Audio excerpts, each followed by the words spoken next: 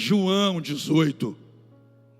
Quem falou Gênesis aí? João 18 diz assim: tendo Jesus dito isto, saiu com seus discípulos para além do ribeiro de Cedron, onde havia um jardim, no qual ele entrou e seus discípulos.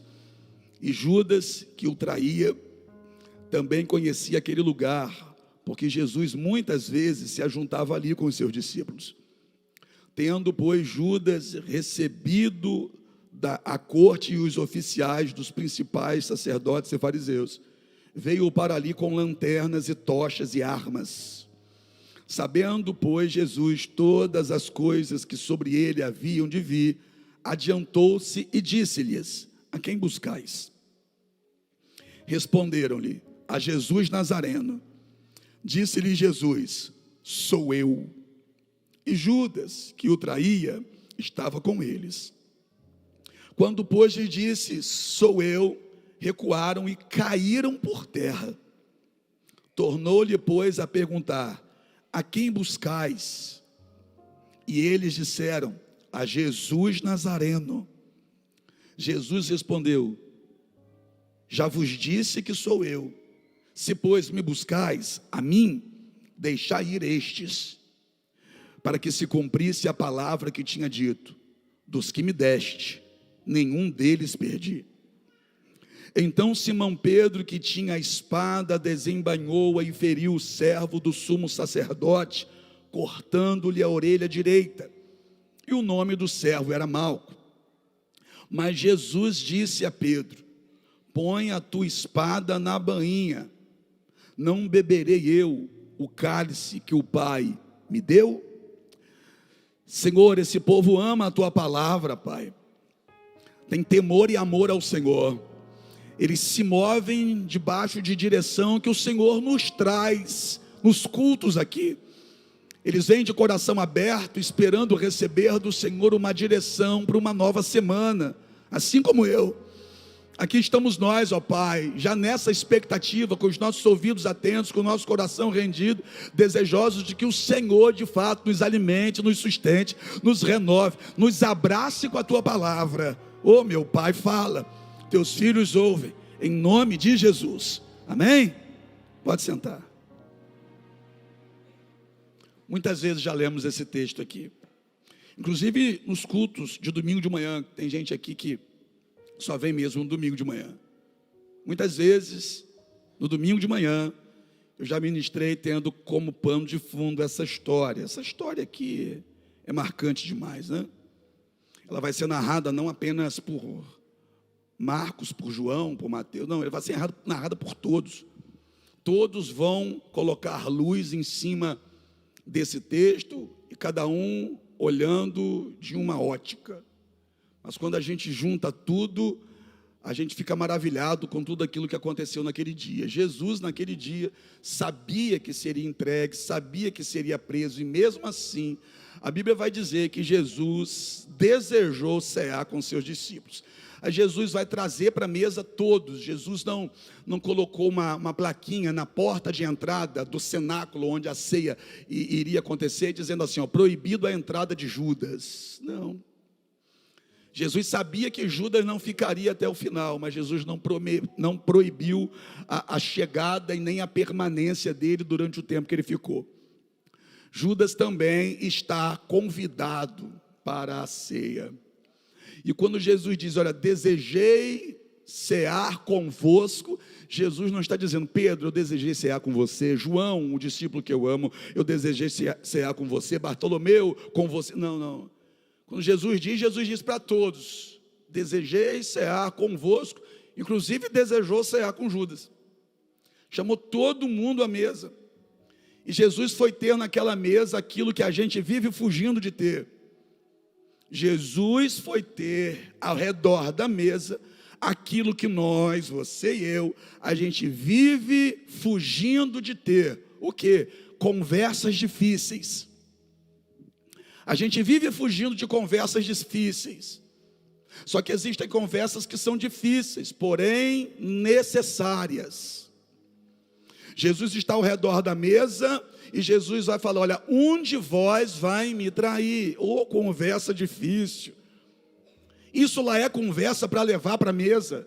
É o tipo de conversa que deve ser tratada ao redor da mesa, não em pé na fila da padaria, não na casa de um vizinho, não na casa de Matilde, Crotilde, Brutilde. Não, é o tipo de conversa que se deve ter com a pessoa em questão ao redor da mesa. E Judas estava ali. Então Jesus vai ter uma conversa difícil, essas que a gente vive fugindo. Muitas vezes a família não está bem, mas não se reúne ao redor da mesa para ter a conversa difícil. Está tendo algum problema com os filhos, mas não se chama o filho para estar ao redor da mesa, para se colocar os pingos nos is, ter a conversa difícil. Na verdade, a gente prefere nem ter a conversa, e quando alguém toca no assunto, a gente some na fumaça do ninja, porque a gente não quer nem falar sobre aquilo. Só que não falar sobre o problema não vai fazer o problema deixar de existir. Então, ao redor da mesa, Jesus foi ter a conversa difícil. Aí fica um discípulo olhando para o outro: será que sou eu? Será que é ele? Será que é o outro? Quem será que é? Aí Jesus responde: é aquele que colocar a mão no prato comigo. Quando Jesus vai para colocar a mão no prato, a mão de Judas vai junto. Eu? Você que está dizendo. A conversa difícil precisou existir. A conversa difícil não pode ser esquecida, negligenciada. Por quê? Porque senão ela vai ganhando tamanhos que a gente não controla depois. Um casamento não acaba da noite para o dia, nem do dia para a noite. Vai dando sinais. Sinais que precisam ser enfrentados ao redor da mesa em uma conversa difícil. Mas a gente foge. Um filho não vai dormir sendo obediente, uma bênção, e acorda com um cigarro de maconha na boca. Não. Seu filho não dorme bem e acorda dizendo: agora eu quero fumar maconha. Não é assim. Os sinais vão surgindo, só que a gente vai fazendo o que a gente diz na roça, todos nós aqui somos da roça, o que a gente chama de vista grossa. A gente vai tapando o sol com a peneira, a gente vai fingindo que não está vendo, porque a gente não quer ver. Mas o fato de a gente não querer ver não quer dizer que não exista. Se está existindo, tem que ser enfrentado. Enfrentado como? Gritando, batendo, não uma conversa difícil ao redor da mesa. Apóstolo, mas a Bíblia diz que não é para a gente afastar a vara do nosso filho. Até hoje você pensava que a vara era bater no filho? Fala sério para mim. Quando a Bíblia diz que a gente não deve afastar a vara do filho, você até hoje estava pensando, está falando de forma literal, é pegar uma vara e bater? Funcionou com você? Eu sou uma pessoa, eu apanhei quando criança. Apanhou, mas cresceu cheio de mágoa do pai e da mãe. Você quer fazer a mesma coisa com o seu filho? Quando a Bíblia diz que não é para afastar a vara do filho, é a correção. Não é a coça, não é bater, é chamar, é conversar, é pôr ao redor da mesa, é ter a conversa difícil. A gente não quer. E a prova de que a gente não quer, mais uma vez, é esse silêncio que está aqui nesse ambiente. Ó. Por quê? Porque não é um assunto que você gostaria nem de estar ouvindo. Porque eu estou indo contra aquilo que você acredita, porque você até hoje, quem sabe, agiu assim. Prefere não falar, prefere não conversar, e é por isso que tanta família é destruída. Jesus teve a conversa difícil, necessária. Judas sai para estar em outra mesa, porque tem gente que senta na sua mesa, mas nunca quis estar ali de verdade, nunca esteve inteiro ali. Sempre esteve na sua e visitando outras mesas. Tanto que quando Judas sai dali, ele sai direitinho onde ele deve ir. É como se do outro lado já tivesse uma outra mesa esperando por ele. O que é isso? Mesas visitadas por Judas. Tem gente que até senta ao redor da sua mesa, mas vive visitando outras. E Judas, como visitava outras mesas, ele sabia direitinho em qual mesa agora ele deve entregar Jesus. ele sai dali e vai se juntar com aqueles que sempre tinham uma cadeira boa para ele sentar. Sempre tinha um lugarzinho para Judas perto deles. Sempre teve. Aí Judas foi. O fato é que o tempo em que Judas esteve ali naquela mesa, o tempo em que Judas caminhou com Jesus, Judas teve todas as oportunidades de lutar contra aquilo que estava dentro dele. Quando Judas está nessa mesa, na ceia com Jesus, Judas está tendo mais uma vez a oportunidade de lutar contra isso que está gritando dentro dele, essa vontade de sair dali, de se aliançar com outros para trair o mestre dele. Mas tendo essa oportunidade, ele não aproveitou. Eu falava com um irmão aqui em cima, antes do culto começar, que ele dizia: rapaz, tem muita gente por aí que está brincando. Eu falei: eles estão brincando, mas Deus está vendo. E esse período em que não está acontecendo nada com eles, é um tempo que eles estão tendo para ter a oportunidade de se arrepender. Só que Deus está vendo tudo. Eles estão tendo a oportunidade de lutar contra isso, de se arrepender, só que eles estão agindo como se Deus não estivesse vendo, pelo simples fato de nada estar acontecendo com eles. Aí vai fazendo, só que chega uma hora que a conta chega. Judas teve a oportunidade, fez o que com ela? Ignorou, saiu, foi lá na outra mesa, que sempre teve lugar para ele. Aí ele troca, vem de Jesus. E Jesus está aqui na mesa com aqueles que decidiram ficar. Porque tem quem vá, mas sempre tem gente que vai ficar. Tem gente que não aproveita a oportunidade, mas sempre vai ter aqueles que também aproveitam a oportunidade. O problema é que muitas vezes a gente foca mais no Judas que vai, do que no Pedro que fica, no João que deita no ombro. Porque foi nessa mesma ocasião que João foi encostando, pegou a cabeça dele, no ombro de Jesus. Irmão, com todo respeito, se eu sentar ali do lado de Maico, no culto rolando, eu sentar do lado de Maico, e do nada, eu colocar a minha cabeça no ombro de Maico, ou no peito de Maico, você vai pensar o que de mim? Você vai olhar para mim e falar: que bicho estranho é esse, velho? Deitando no colo do outro homem ali na igreja. Você vai falar o que de mim, irmão? Qual o rótulo que você vai colocar em mim? E um apóstolo com mau costume, não, que negócio feio é esse? Agora, isso hoje, você imagina lá. João não teve medo de fazer o que ele está com vontade de fazer. O quê? Só que a gente foca mais no Judas que foi, do que no João que ficou e ainda buscou intimidade com Jesus, deitando com a cabeça no ombro dele. A gente potencializa mais quem errou com a gente, do que valoriza quem está do nosso lado. Tem gente que vai, e não se assuste, não vou te dizer não, vai continuar acontecendo. Vai ter gente que vai. Nem todo mundo que começou uma caminhada contigo vai terminar uma caminhada contigo. Eu não estou falando do casamento não, pelo amor de Deus, tá? Judas vai, Jesus fica com quem fica.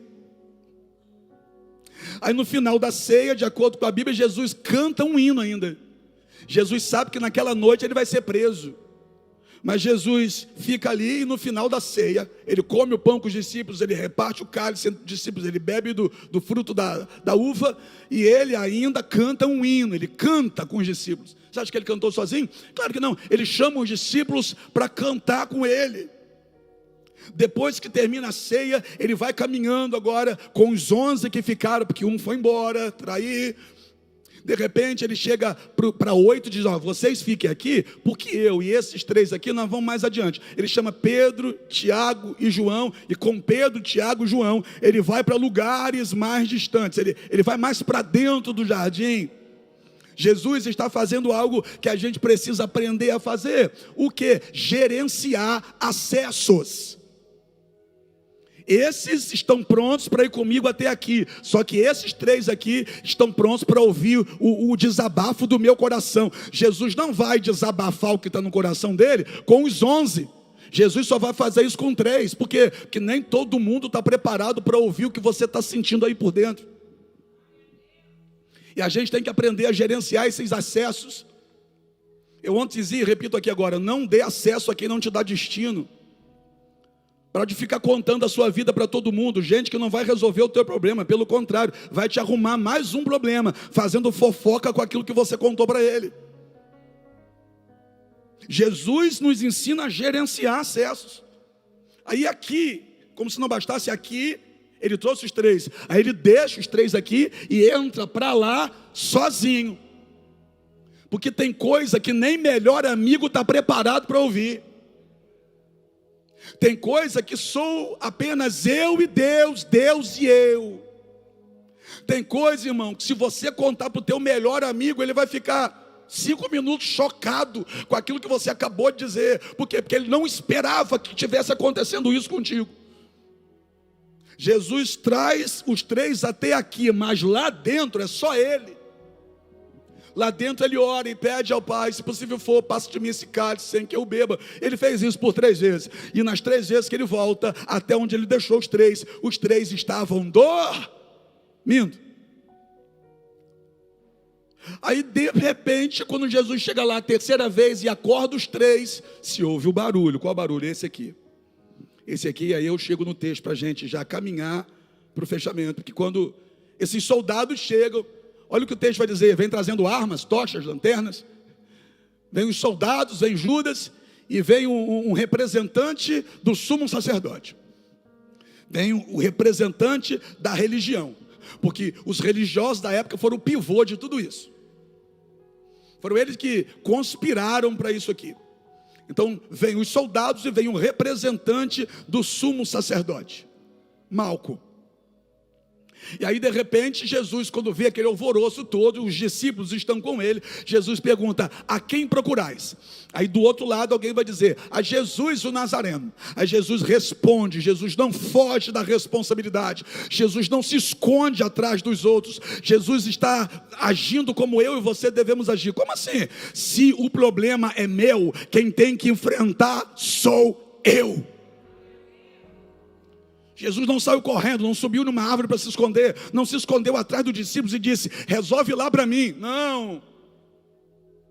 Igual muito homem se esconde atrás da mulher e diz: resolve lá para mim. Igual um amigo quer esconder atrás do outro dizendo: resolve lá para mim. Não. Se o problema era dele, quem vai enfrentar de peito aberto para resolver é ele. A quem procurais? Jesus o Nazareno. Sou eu. E quando Jesus disse: sou eu, de acordo com o texto, todo mundo caiu. Aconteceu uma ação sobrenatural. Todo mundo caiu. Aí todo mundo levanta. Aí Jesus pergunta de novo: a quem procurais? Jesus o Nazareno. Já disse que sou eu. Se procuram a mim, então deixa esses irem. O que Jesus está dizendo é o seguinte: ó, problema meu. Eu não quero que ninguém esteja dentro para sofrer aquilo que quem tem que sofrer sou eu. Se o negócio é comigo, deixe que eles se vão. E a gente reclama porque tem amigo que não entrou com a gente naquele problema. E quem disse que tem que entrar, rapaz? Quem disse que tem que resolver para você? Quem disse que tem que apanhar de meia? Se o problema é teu, quem tem que resolver é você. Quem tem que se posicionar é você. Ah, quando eu mais precisei do seu amigo pode até estar do seu lado, mas sofreu um problema que foi criado, quem sabe até por você, não. Aí não. E por muitas vezes a gente quer trazer as pessoas para dentro do nosso sofrimento para sofrer com a gente. Você não tem que trazer seus amigos para dentro do teu sofrimento para sofrer com você, não. Jesus diz: ó, deixa que eles se vão. E é nessa hora, de acordo com o texto, que surge essa questão aqui de Pedro e Malco. Pedro tem uma faca, uma espada, uma faca grande. Pedro puxa a faca, parte para cima de Malco, que é o auxiliar, o representante do sumo sacerdote. Pedro, interessante que Pedro tinha um alvo. Pedro vai para cima de Malco. E Malco não está armado. Por quê? Porque Malco não é soldado. Quem vai prender Jesus são os soldados. Mas Pedro parte para cima de Malco com a faca. Interessante. Pedro está querendo mostrar uma valentia para quem não tem uma arma para se defender. Por que Pedro não foi para cima de um soldado? Pedro está querendo mostrar o que com isso? Porque se Pedro é machão mesmo, ele deveria ir para cima de um soldado, né, com uma espada na mão. Um soldado do outro lado com uma espada na mão, ele não quis enfrentar. Mas partir para cima de um Malco desarmado, Pedro foi. É tanta gente que quer aparecer. É tanta gente que quer mostrar uma coisa que não é. Pedro parte para cima de Malco, partir para cima de alguém. Eu estou com uma faca, partir para cima de alguém que não tem nada na mão é mole, né? E por que Pedro está fazendo isso? Porque ele havia dito para Jesus: eu vou contigo até a morte. Só que Jesus disse para ele: você não vai não, você vai me negar 3 vezes. Agora ele está querendo provar para Jesus que Jesus estava errado quando disse que ele não iria. Olha como que ele quer provar, partindo para cima de alguém que não tem uma arma na mão para se defender. Ah, Pedrão, fortão, valentão, bonitão. Lá em Santa Cruz, diria que Pedro é o quê? Um se amostrão. Está querendo se amostrar, Pedrão? Partindo para cima de quem não tem como se defender. Aí Pedro parte para cima de Malco e vai na orelha direita de Malco e arranca a orelha direita de Malco. Decepa a orelha. E agora, é madrugada, só tem as luzes das tochas. Não é como agora, assim, essa claridade, não. Madrugada, dentro de um jardim, só tem as luzes das tochas, ou seja, é meia luz, irmão. Está escuro ainda, não tem essa claridade que tem aqui. Madrugada, é escuro, tem gritaria, um alvoroço dentro daquele jardim, barulho de armas, de correntes, que querem acorrentar Jesus, e de repente, Malco vê alguém vindo na direção dele, um troço brilhando, quem sabe, e vai na orelha dele e arranca. Claro que Pedro não queria arrancar a orelha de Malco, Pedro queria arrancar a cabeça dele. Sabe aquela hora que no susto você faz assim, ó? Quando o Malco tomou aquele susto com alguém em cima dele que fez assim, ao invés de pegar no pescoço, pegou na orelha e arrancou a orelha dele.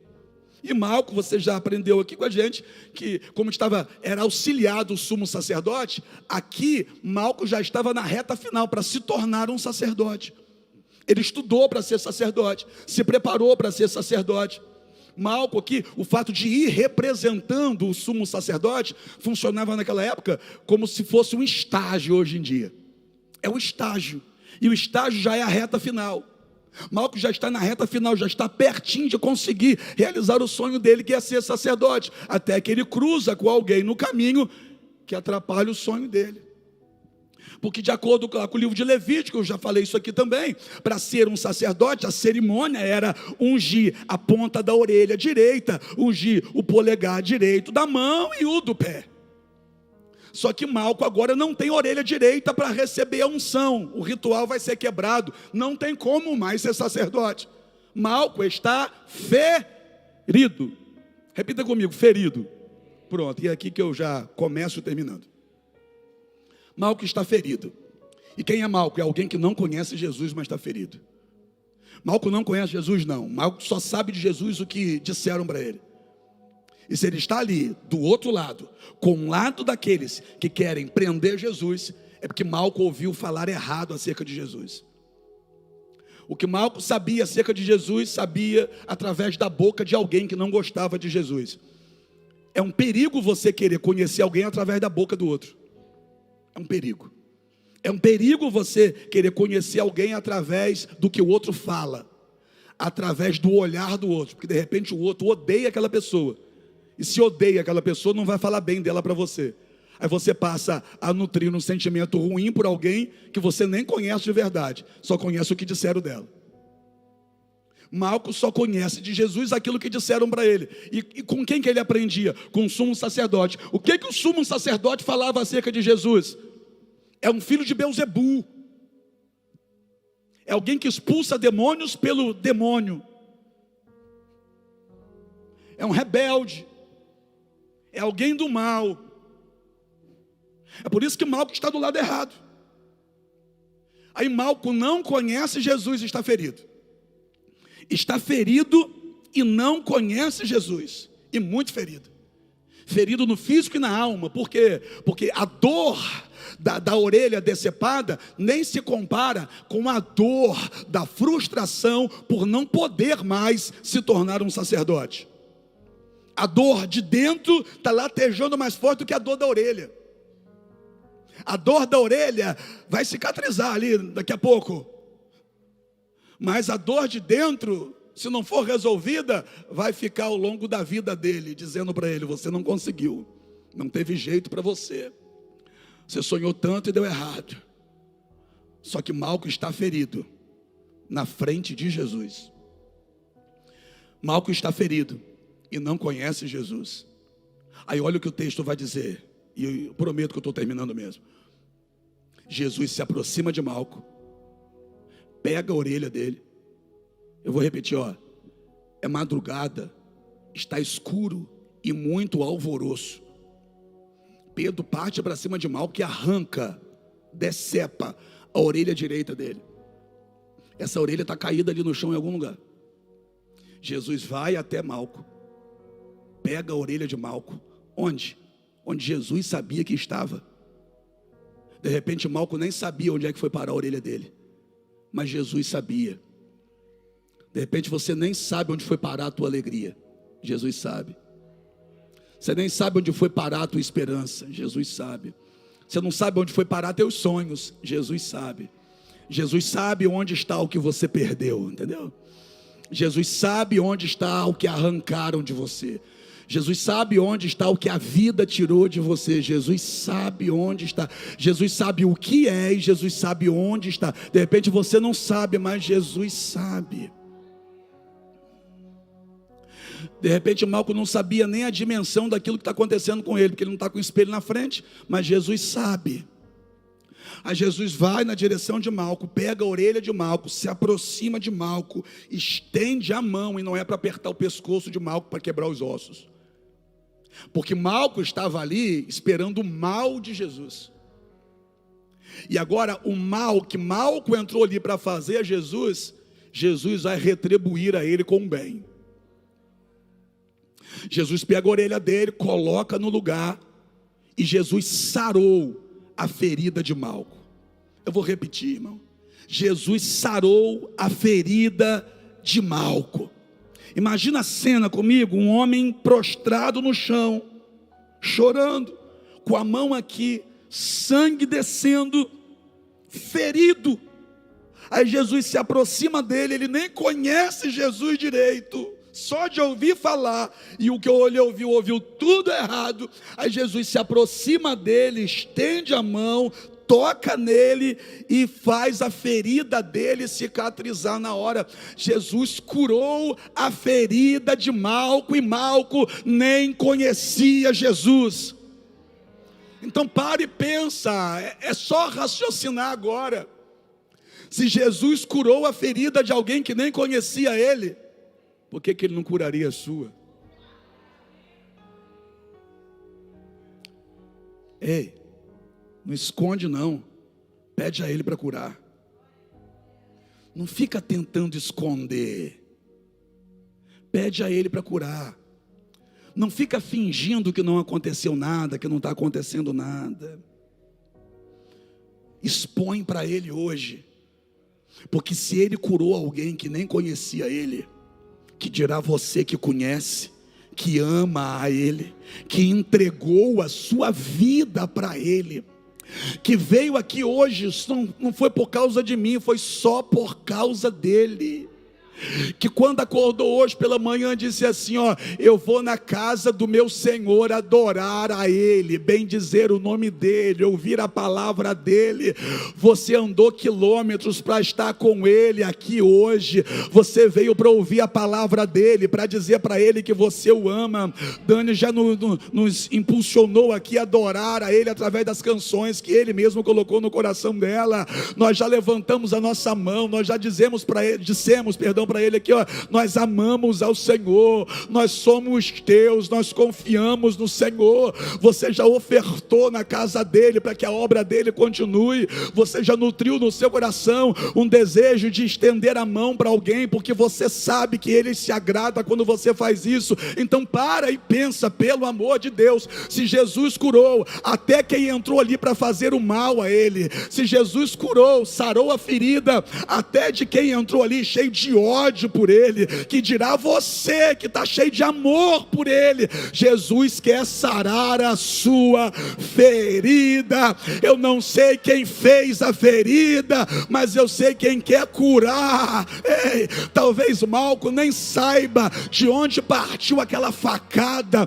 talvez Malco naquele alvoroço todo nem percebeu quem foi que arrancou a orelha dele, e pouco importa quem arrancou a orelha de Malco, o que importa é quem cicatrizou a ferida de Malco. Pouco importa quem te feriu, o que importa é quem tem poder para te curar. Pouco importa quem te machucou, o que importa é quem já está com a mão estendida para te sarar. Para de focar em quem te feriu e começa a pedir o toque daquele que pode te curar. Apóstolo, mas foi meu marido que me feriu, foi meu filho que me feriu. Deixa que Jesus trata deles. Foi meu amigo que me feriu, deixa que Jesus vai tratar com eles. Você não vai precisar fazer nada, você não vai precisar falar nada, você só precisa confiar naquele que está diante de você para te curar. Deixa que de Pedro quem vai cuidar é Jesus. Deixa Jesus tocar em você nessa manhã. Peça a Jesus para cicatrizar. Para de ficar fingindo, para de ficar dizendo eu estou bem, está sangrando por dentro. Se está ferido, diz para ele: Senhor, tem uma ferida aqui, põe a tua mão. Tem uma ferida no meu coração, põe a mão aqui dentro e sara. Meu marido me feriu, me sara. Meu filho me feriu, me sara. Meu amigo me decepcionou, está ferido aqui dentro, Senhor. Ninguém está vendo, mas está doendo, está difícil. Ai, pede a Ele para te sarar. Se Ele sarou quem nem conhecia a Ele, que dirá você que está cada dia conhecendo mais sobre Ele.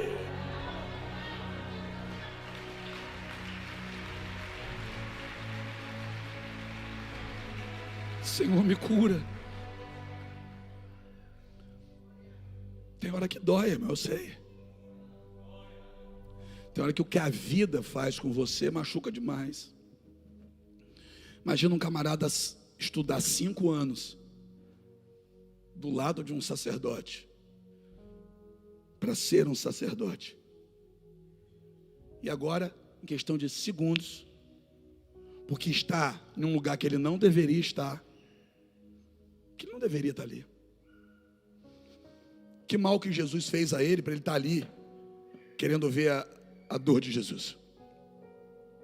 Ele não tinha que estar ali. E é impressionante. Ele vem construindo algo durante 5 anos. Aí por causa de uma atitude de estar em um lugar que ele não deveria estar, parece que tudo acaba. Para construir dá maior trabalho, né? Para cair é assim, ó. Para construir um prédio, tempo, esforço e muito tempo mesmo. Para jogar um prédio abaixo, você já viu demolição? Coloca algumas dinamite, vai para longe, aperta um botão. Assim, ó. O que levou anos para construir, cai assim. Em um instante. Em um instante errado. Por causa de um momento errado. Tem gente que está na prisão. Por quê? Porque puxou uma arma que não deveria ter puxado, coisa de instantes. Porque enfiou a faca. Por quê? Porque atropelou, porque passou por cima, porque fez. Sabe aquela coisa do impulso? Aí aquilo que vinha construindo, aposto na prisão, porque, quem sabe na sua cabeça, você pensa que só tem na prisão gente ruim, gente perversa demais.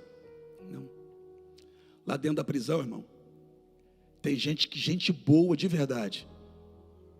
Mas por conta de não ter conseguido gerenciar uma emoção de momento, acabou fazendo o que não deveria nunca ter feito. E está pagando por isso. Está pagando por isso. Cuidado com o que você faz com os seus momentos. Cuidado para não estar no lugar errado, junto do grupo errado. Cuidado com essas empolgações.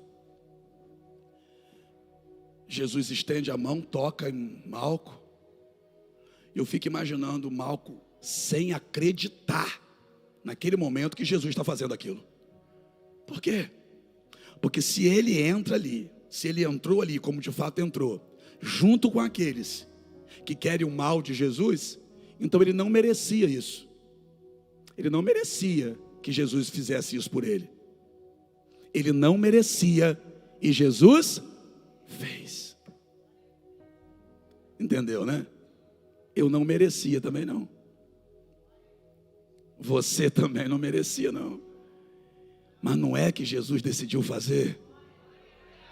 Não é que Jesus decidiu tocar na gente e curar nossa ferida. Olha aqui, eu não sei quem jogou ácido em você, mas eu sei quem tem o bálsamo para curar você. Eu não sei quem abriu a ferida, mas eu sei quem vai fechar a ferida. Eu não sei quem te fez um mal que você até hoje chora, mas eu sei quem vai te fazer um bem, que durante muito tempo você vai levantar a sua mão e vai adorar. Fica de pé comigo para a gente terminar, fica.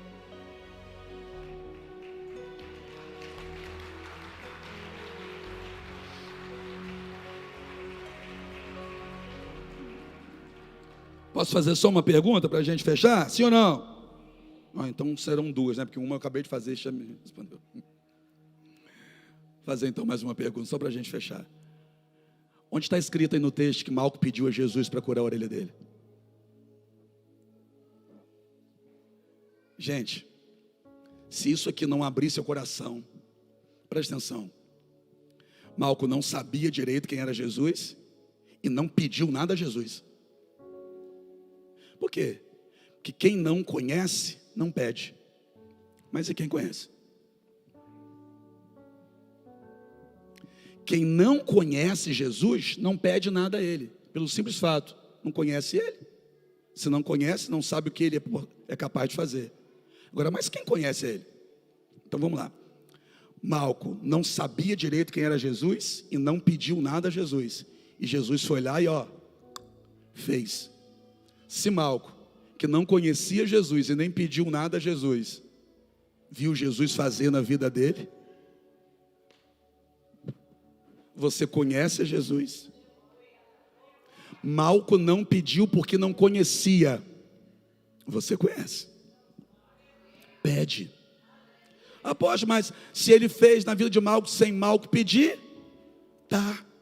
É que com cada um ele trabalha de um jeito. Pede. Porque Jesus ensinou a gente a pedir. Jesus disse assim, até hoje, nada pediram em meu nome.